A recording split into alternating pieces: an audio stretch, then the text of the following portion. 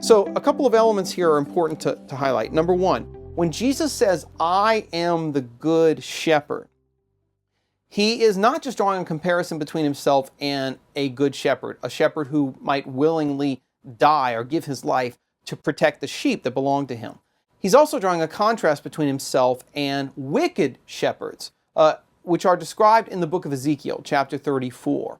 I'm not going to read the prophecy right now, but if you take some time to go back to the book of Ezekiel, in the book of Ezekiel, before the temple in Jerusalem was destroyed, the prophet Ezekiel gave his own allegory in which he compared the wicked priests and leaders of Jerusalem and of the temple to wicked shepherds, to shepherds who were not concerned with the well-being of the sheep, to shepherds who would slaughter the sheep and then use them for their own good instead of giving them to God or protecting them.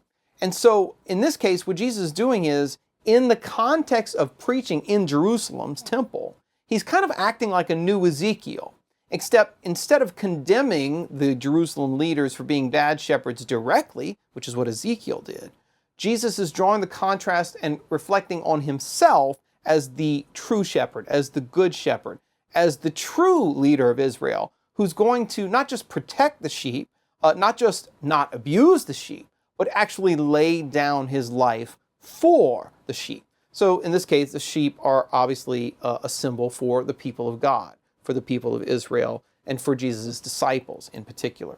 So you can see this contrast play out. After saying he's the good shepherd, he goes on to say that he's different from a hireling. That means a hired shepherd, right? Someone who doesn't actually own the sheep, but's just getting paid to protect them. The second he sees a wolf, he's going to run off for fear of his own life. He's not going to sacrifice himself in order to protect the sheep. So Jesus here is drawing a particular aspect of the analogy. It's really powerful, which is that his disciples, in a sense, belong to him, right?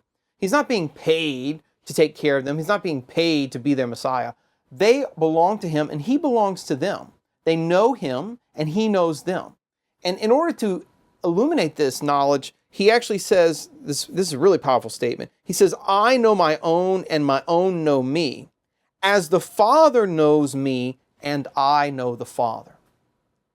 Now, that's quite an analogy, because on the one hand, Jesus is obviously, on one level, talking about the fact that ancient Jewish shepherds would be known to their sheep, right? They would call the sheep, they would spend day and night with the sheep would get to know who their master was. And so, for example, when the master would call the sheep would be able to recognize his voice because they knew him and they were able to differentiate him from any other shepherd or a hireling or something like that.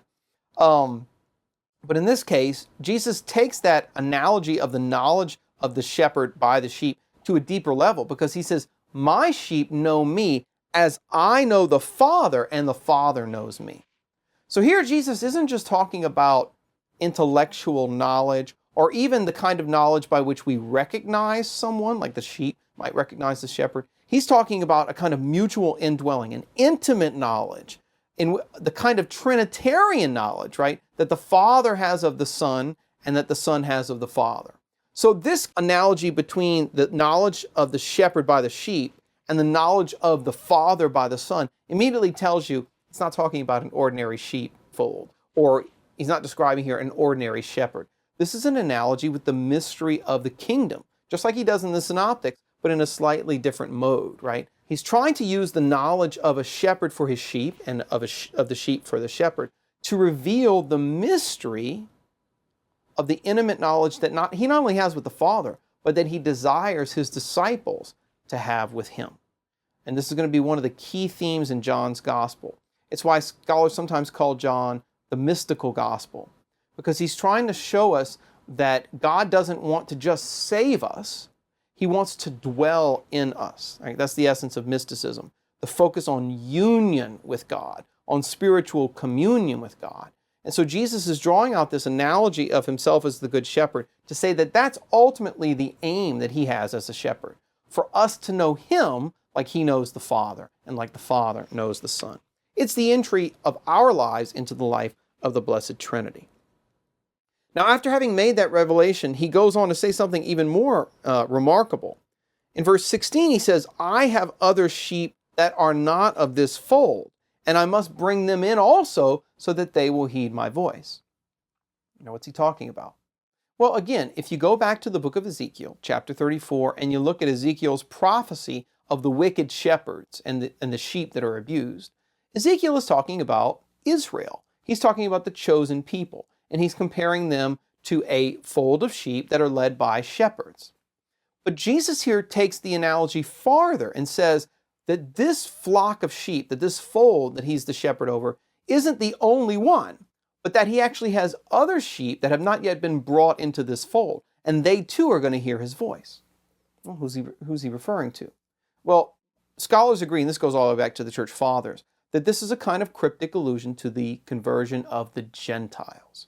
In other words, that not only is Israel going to be the flock of God, the people of God, but the non-Israelite peoples of the world are also going to be brought into this fold. They're going to be brought into the people of God. They're going to be brought into the new and everlasting covenant. So that there aren't going to be two kinds of people in the world anymore. You know, the chosen people and then the pagans, or the Israelites and then the Gentiles. But there's going to be one flock and there's going to be one shepherd. And Jesus is going to be Lord over all the peoples of the world, not just the Israelites, as at the time of Ezekiel.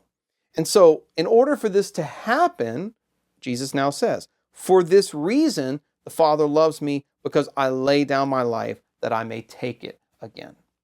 So, in other words, how will the conversion of the Gentiles come about? How will these other sheep come into the fold? Well, it's going to be through the passion, death, and resurrection of Christ. That's going to be what ultimately triggers the ingathering of the other sheep, the conversion of the Gentile nations. And you'll see if you pay attention to this over the course of the Sundays in the Easter season, that the conversion of the Gentiles is going to be a major theme, because that's going to be one of the first aspects of the church and its mission after the resurrection of Christ and the coming of the Holy Spirit at Pentecost. That the church is going to begin to not just evangelize the Jews or even the Samaritans, who are kind of half Jews, they're descended from Israel, but all the nations of the earth. And Jesus is already anticipating this in the Good Shepherd discourse.